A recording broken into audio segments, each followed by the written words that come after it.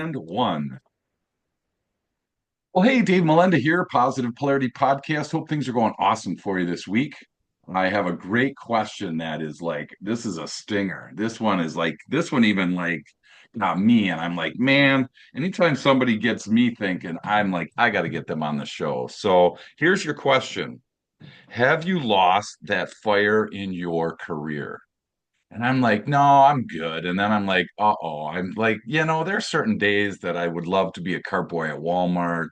There's certain days I'd love to just kind of watch TV, but I'm like, did I lose the fire? I'm like, uh-oh, I better find out. So I'm honored to be hanging out with Randy Roberts. How are you today? I'm very well. How are you, Dave?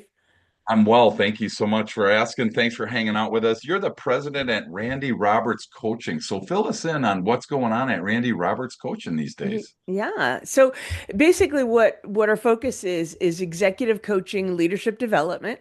So working with folks either aspiring to VP level or C-suite or having gotten there, supporting them when they take on new levels of responsibility. And then also working with corporate leadership teams on team dynamics, team functioning, productivity, those kinds of things. All the stuff that I learned in my first career, in my first world, I now get Sure. to help others put into action. So it's a pretty cool place to Awesome. be. That's awesome. Well, and I guess let's clear up this misnomer like right up front because I would have thought that everybody in corporate America at that level already has a fire, knows what their fire is like all, really honed into what that is, and they're very clear and intentional on what their position here in life is. So I'm assuming if there's you are out there that there are people in that area that aren't necessarily uh, crystal clear on why they're there. Is that a safe assumption? Yeah, I do think it is. I agree with you that that's how it looks. It looks Yes. as though everyone is fulfilling their highest purpose and, completely satisfied in what they're doing. And many people are, Yeah. but many people are good at looking like they are. And I found this when I was in that world and transitioning over that the things, you know, we change over our lives. Markets change, different dynamics in a company change. So even if many things stay the same, some variables may change that sort of dim our light, if you will. And sometimes a lot of clients will come to me at a point where say, the stuff that used to just energize me, like at the end of a week that was completely, more to do that I could do, just all out work. And I was energized. Like I felt great. And now that same stuff is completely exhausting to me. Like what has changed? Yeah. And that kind of situation is really important to sort of, mark that moment and figure out what that means for you, because that's the difference between, punching a clock the rest of your career and continuing to really be fulfilled and add value at the highest level. It's such an important point to look at in your life. Well, and a lot of people just kind of breeze through. They say it's work, so it must not be fun, fulfilling, Yeah. enjoyable, intentional. So I that's why I'm so excited to have this conversation with you today, Randy. So let's kind of go take a step back. You said because a lot of people, like we talked about before we jumped on today, a lot of people that are listening and watching are in that space where they were like, man, I sure wish I could. And then they fill in the blank, whatever that is, right? You started in corporate America, and so we love to kind of talk about that transition because some people, Randy, they quit their job one day and start a new business the next day. Some people do a side hustle. Some people run two businesses consistently for a bunch of years. How did it work for you when in your journey? Yeah, it's such a good question because it has been a fantastic journey, but it's no joke. And the more purposefully you can take it on, the more successful you'll be. I mean, my first career in pharmaceuticals, I was one of those nuts that like jumped out of bed every morning before the alarm went off. I couldn't wait to get to work. And then over the years, and that like was true for like 30 years. And then Yeah. all of a sudden that changed. And I knew I had to do something different. And so, there was a lot of soul searching and trying to figure out what was that thing that was, it wasn't for me going to be as easy as changing jobs. Sure. It was taking a look at what was the right fit for the next, let's say, the capstone third of my career or so. What was that going to be? And I think, right there is a good learning for people, which is if you're getting that feeling that things aren't fitting as well as they used to, that you're not as energized by it as you used to be. You got to figure out what the issue is. Because if you don't figure out what's not working anymore, you Sure. may go somewhere else and take the problem with you. You will not know what you're trying to solve for. Likewise, if you don't really dig into what is working, you won't know what are the things to look for and what to recreate for yourself.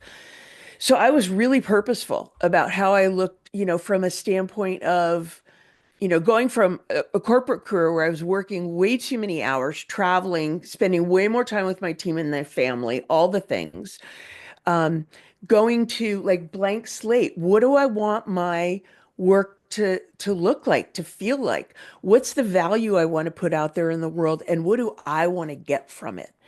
And Yeah. so I was really intentional, and I redo it every year, even though I've built a really successful business now. I sit myself down and have that talk with myself every year. I'm my business coach, Sure. and put together the plan for, okay, this is how things looked last year. And I was really heavy in this kind of work. How did that work for me, both from a profitability revenue standpoint, but also from my energy and where do I want to be spending my time? And so I kind of do it like bottoms up and top down in terms of how I feel, where I want my money to come from, where I want to be spending my time. And Sure. I'm at a point, I know it's a real privilege to be able to do it that way. I had a lot of success in the first career that fueled me. Sure. Um, yeah. So so you were in pharmaceutical world and it just wasn't scratching the itch, so to speak. And I like what you mentioned, what's not working generally follows you. Yeah. So you're in pharmaceutical, you're in corporate America, you're not liking it. How did you first get exposed to being an entrepreneur? Do you remember what that looked like? Yeah, absolutely. So just one thing I want to clarify, because it wasn't that Yeah. I didn't like my career. I still liked it. It Okay. just wasn't like for me, I've always needed to know that I'm doing some good while I'm doing well. And the higher up I got in a big hierarchical organization, the farther away I got from the good we did, in my case, in a healthcare company, the good we did for patients. I was way more focused on shareholders. And it wasn't putting wind in my sails anymore. Sure. But the way I made the move to being an entrepreneur, I have a lot of business experience. I went to business school. I knew I wanted to be a coach. So I knew I could build a business there. But I was really I tried to be as objective as I could about what was the right time. Was I ready? Did I have the right runway set up? Like taking a look at all the bases I needed to cover for myself and my family. Was I financially ready? Did I have the space to go until I started really being profitable, that kind of thing. So I looked at it from a really objective financial standpoint first. And then when I realized I was ready, I dove in. Like my way of doing it was to take a really strong coaching development program to get a certification and then work on building the business because they're two different things. Like Sure. in my example, being a coach and what you do, being a good coach comes really naturally to some people. Running a Right. successful business is something you usually have to learn, and they're two Right. different things. Yeah. So, Isn't that funny? How many people think that, oh, if I have a good widget or I have a good service, that everything else will follow? And it's actually kind of flipped, right? I mean, I find a lot more people that are good at what they do and then not good at the financial, not good at the team, not good at the customer experience. I mean, I think that was probably a hard lesson for you. It was for me to realize that I can't be good at everything. That's why you go in business for yourself. You feel like you have all these, you're going to be this, you're going to be that, you're going to be all these things. And then you realize, I mean, I can't stand accounting. And so like I give it away, like, I can't wait to give it away. The less I have to do, the better. So, I'm you with know, you. Dana, who does a great job on every episode of building these shows, also does all that, and she absolutely loves it. So, that's there are people built that way, which again, that's great for people like us. So, Yeah. was there something in your early career there in your transition that you didn't like that you did that you wish that you didn't? I'm just curious if you had any of Oh, those. many things. The accounting is the one for me too. That I can do it. I just, that's not where I want to spend my time. And so I would Yeah, much rather let the expert do that for sure. And some of yeah, the tech things don't come as naturally to me.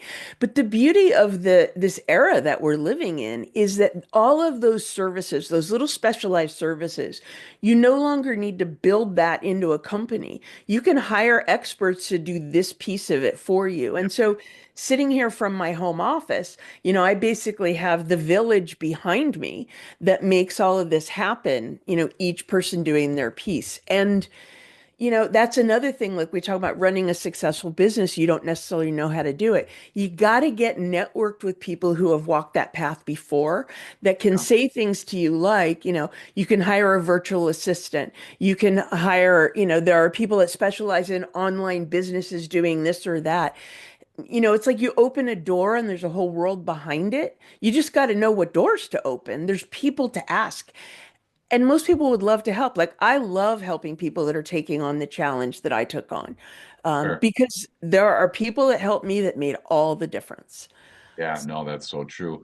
And that's why we do this show every week because there are people around the world that just absolutely like us love to help other people, and if money happens, money happens. I mean, I can't tell you how many times I've done a 30 or 60-minute Zoom call with somebody and we've solved the issue like right there for that first complimentary thing. And then they're like, man, this was awesome. So, that's a pretty cool place to be Yep. as well.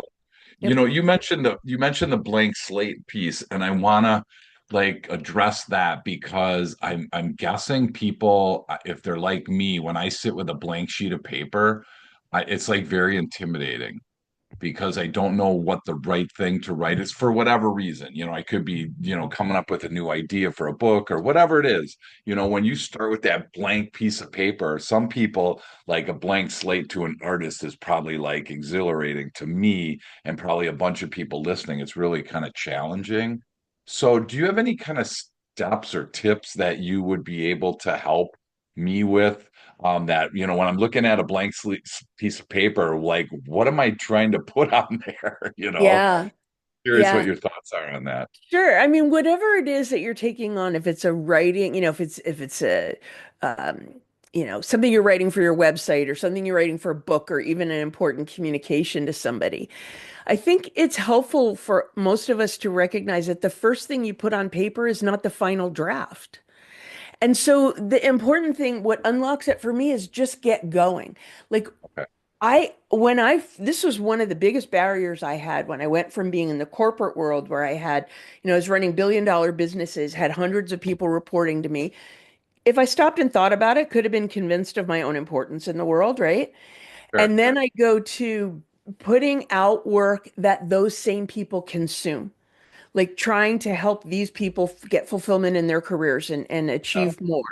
So I wanted everything I put out to be perfect. I held myself back like you would not believe. Wait a minute, that's not perfect. So and so might judge that. This yeah, person might not find that valuable. And I worked with my own coach on this. And when I redefined myself from someone who had to get it perfect to someone who's really good at fixing stuff that isn't quite perfect, that is very resilient and can figure it out, like that reframe unlocked things for me. And I no longer hold myself to that standard.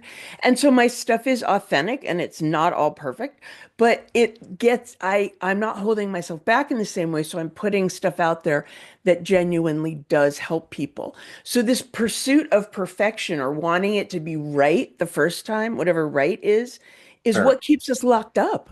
Yeah. So Wow. just start writing. Just start Yeah. writing and expect to throw the first part out. Yeah.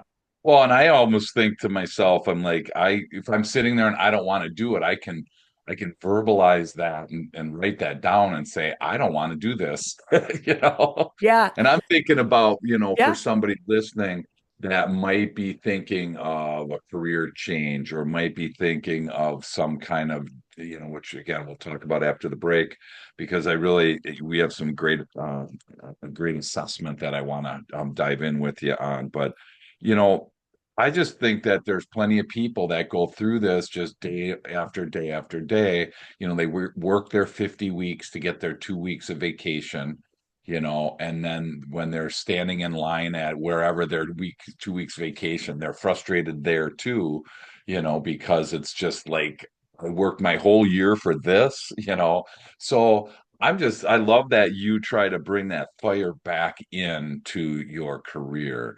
And so just tease us before the break, like when you think about like what's one thing, if somebody comes to you and says, Randy, I've lost that fire. Okay. What's the first spot that you take them to, and we'll just tease it. We'll go to break and then we'll unpack that. Oftentimes, it's thinking back to when the fire was still lit. Oh, okay. So that's a great place. So we're going to take a break. When we come back, we're going to unpack that because this is where I think a lot of people are going to gain a ton of value. So we'll be right back. Welcome back. I'm honored to be hanging out with Randy Roberts from Randy Roberts Coaching, executive and career life coach. So now we're going to get into the fun part that I think is just so helpful for so many people listening. So we're going to talk to the person that is listening or watching that can agree, whether to themselves or out loud, that there was a fire and now it's gone. Okay, or it's smoldering, there's a little bit of smoke there, whatever. It's not what it used to be. So you mentioned, Randy, to kind of look back and see when you did have that. So am I looking at the company? Am I looking at the position? Am I looking at the tasks? Am I looking at the team? Tell me what I'm kind of looking at when I look back. Yes, you're looking at all of that. And basically, the kind of conversation that I have with clients, it follows along that thought process almost. Think back to the time when everything you were firing on all cylinders, the days, the way I described it, you're jumping out of bed in the morning before the alarm goes off. You can't wait to get to work. And then sort of think through a 360 view of what was happening that created that environment for you in terms of the people that you're surrounded with, the mission of the work that you're doing, the resources you have to play with, and things as basic as how much are you traveling? What hours are you working? Are you in the office? Or are you remote? Are you hybrid? Thinking about your physical environment as well as the environment from a bigger standpoint. What's motivating you? What's frustrating you? How are you getting through that? All of the things that your boss your compensation, all the things that make up your satisfaction and what's important to you. And then if you can tease out what are the things that were working, because even in a situation if a situation we're looking back to what really was working, there may be some things that come out that, oh, this could have been better too. But Yeah, these things were so strong that really led the way. So once you've sort of identified what does create that environment for you, or at least what did at that point in your life, you can take a look at what you might need to recreate. You can do sort of a gap analysis of that against your current situation. yeah, What may have changed? Now, the interesting thing is sometimes what's changed is us. Like, for example, if you're a person who's really driven by growth and learning new things, you may be in the same job, working for the same boss, doing great work, feeling good about all of that. And that job that initially attracted you, that was a stretch, that was a growth opportunity, you may have mastered now. So all the other things may still be working, but that growth opportunity is missing. And that may be enough for you to really change things. And sure, so let's follow that example. If you identify that that's the thing that's now missing and all the other things are working, still feel good about your company, you're compensated well, all those things, you might be able to do some things right where you are to rebuild that one pillar. So sure. it might look like pitching to your company a new product line or offering that you could develop and lead. That would be great for the company and great for you. It could be doing some speaking within your industry, mentoring others. Like there's different ways to taking a course, teaching a course, whatever. There's different ways to fill that need. But once you've identified what it is, you might be able to make that change right where you are. And there often are many reasons to stay. Financial reasons, if you're working for a corporation, could be good Sure. reasons to stay. But once you've identified what the thing is for you, and for some people it's multiple things, then you know what to be looking for. And that's the way to really make these transitions in a very purposeful way that I believe gives you the best chance of finding it, of being fulfilled, of, sort of getting back to the level that you want to get to for that next phase of your career. That's what we all want. That's what we all deserve.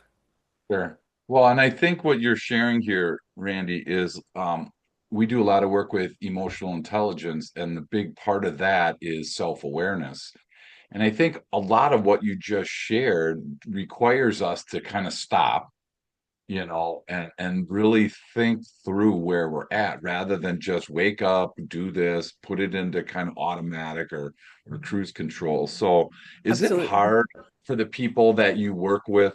Is it hard for them to kind of stop and do this work? Because again, we're so busy trying to make payroll, or we're so busy with these deadlines, we're so busy with all this stuff.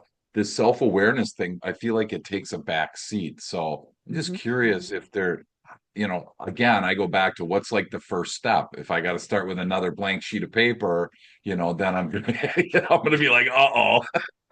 Well, I want to So touch on the blank sheet of paper later too, but to yes, answer your question yes, directly, I think that um, this self-awareness, like emotional intelligence, I'm such a huge believer. I love the topic. I love talking to clients about it.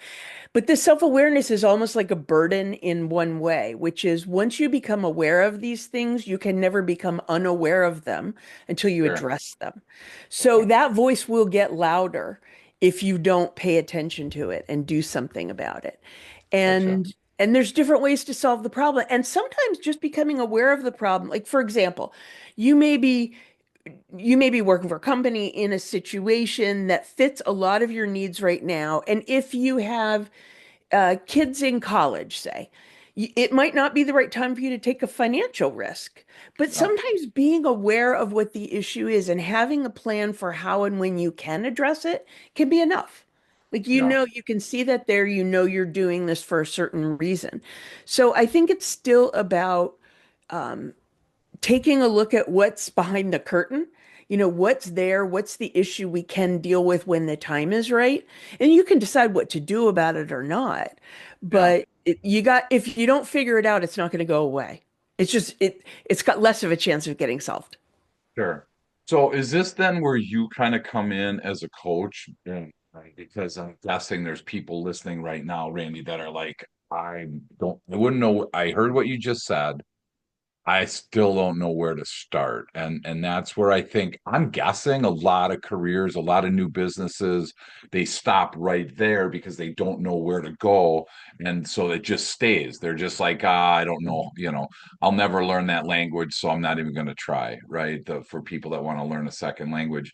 In this case here, is that where you then come alongside of us to be able to help us in that in those discussions? Yeah, that's a very common situation that executives come to me to talk about. And in fact, it's one of the ways that I became a coach because I had the opportunity to work with a coach when I was experiencing that. And I know what a transformational difference it could make. And I got to tell you, Dave, I used to hold back on talking about the benefits of coaching because it felt self-serving. Yeah. But then what I realized was the reason I do this work is to help people. And if I don't tell them about it, I'm not helping Sure. them. Yeah. So now Exactly. I've like given myself full permission to go for it. Good. And the truth is, none of us can solve problems in our own heads on our own as well as we can when we share it with another. Yeah. Sometimes it's just verbalizing it to someone else, Yeah. as opposed to sitting down with a blank sheet of paper. if we're verbal processors, walking Right. through it with someone can really unlock some things. But a Yeah. coach can provide perspective. They can hold a mirror up. Like one of the things that I'm really good at is seeing connections and seeing patterns between things that we can't often see for ourselves. I Sure. have a business coach now. I still work with a coach. I Sure. believe in it so strongly. I should have a coach.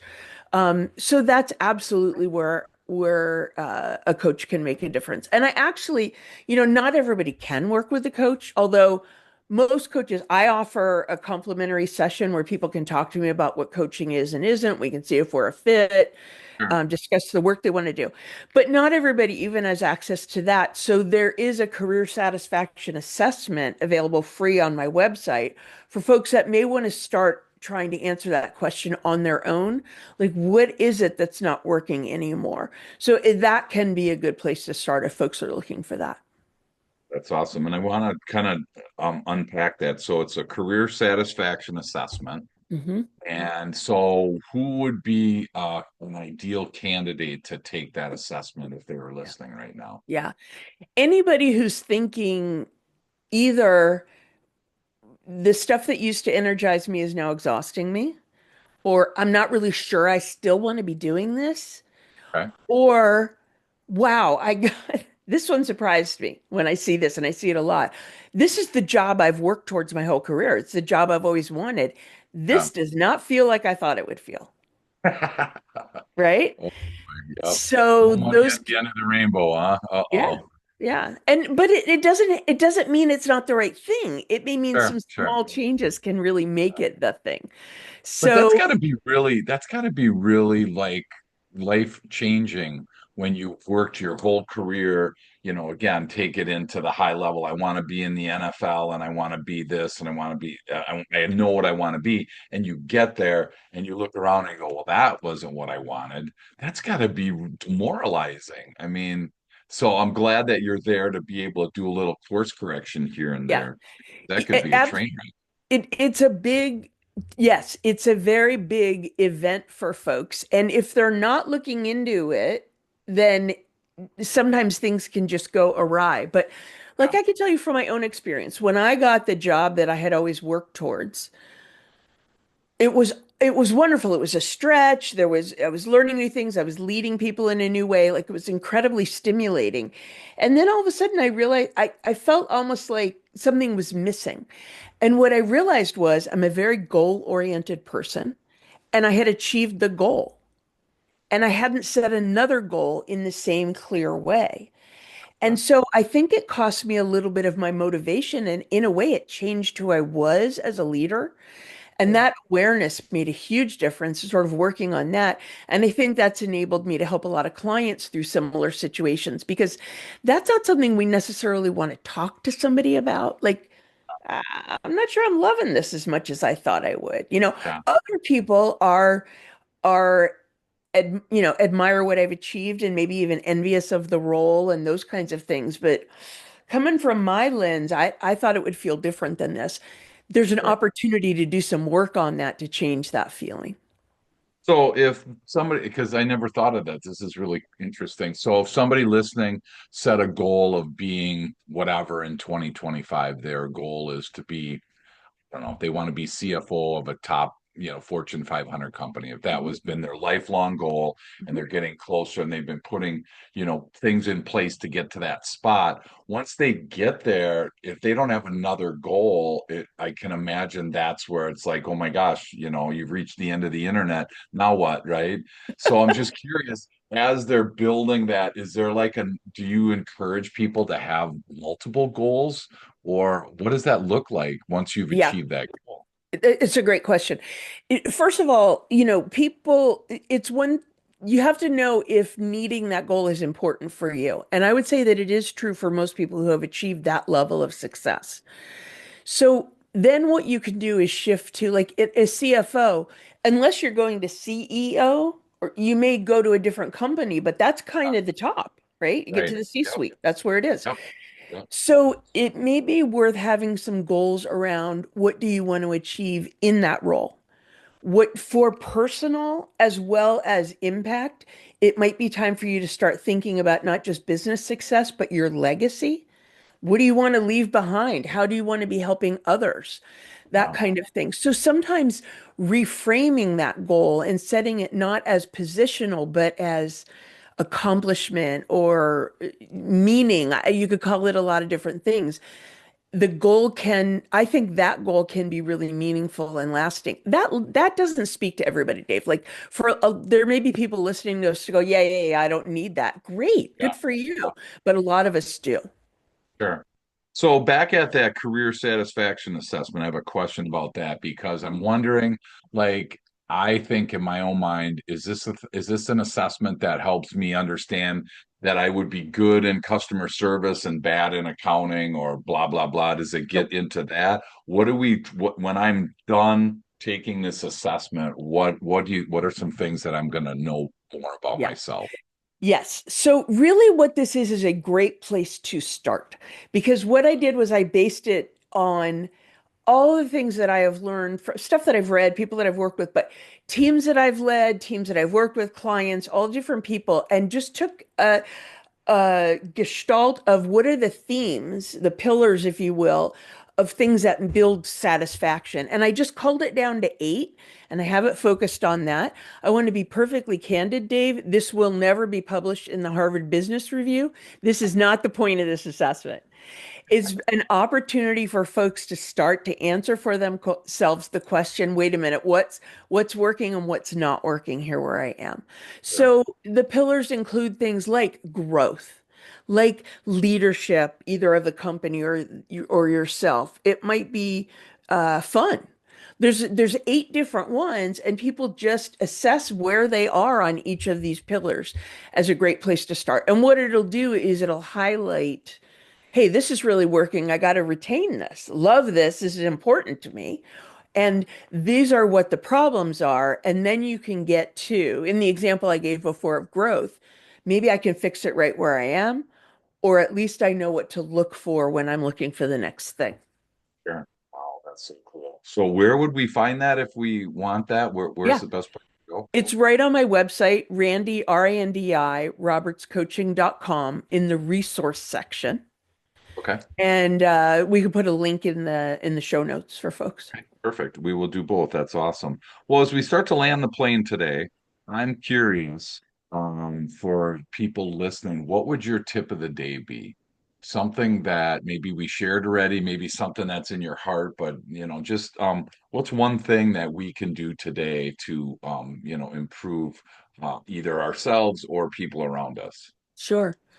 I think it goes to the situation that you described of people who are so busy and they're always focused on everybody else and they've got so much to deliver. Like we all have more to do than we can do.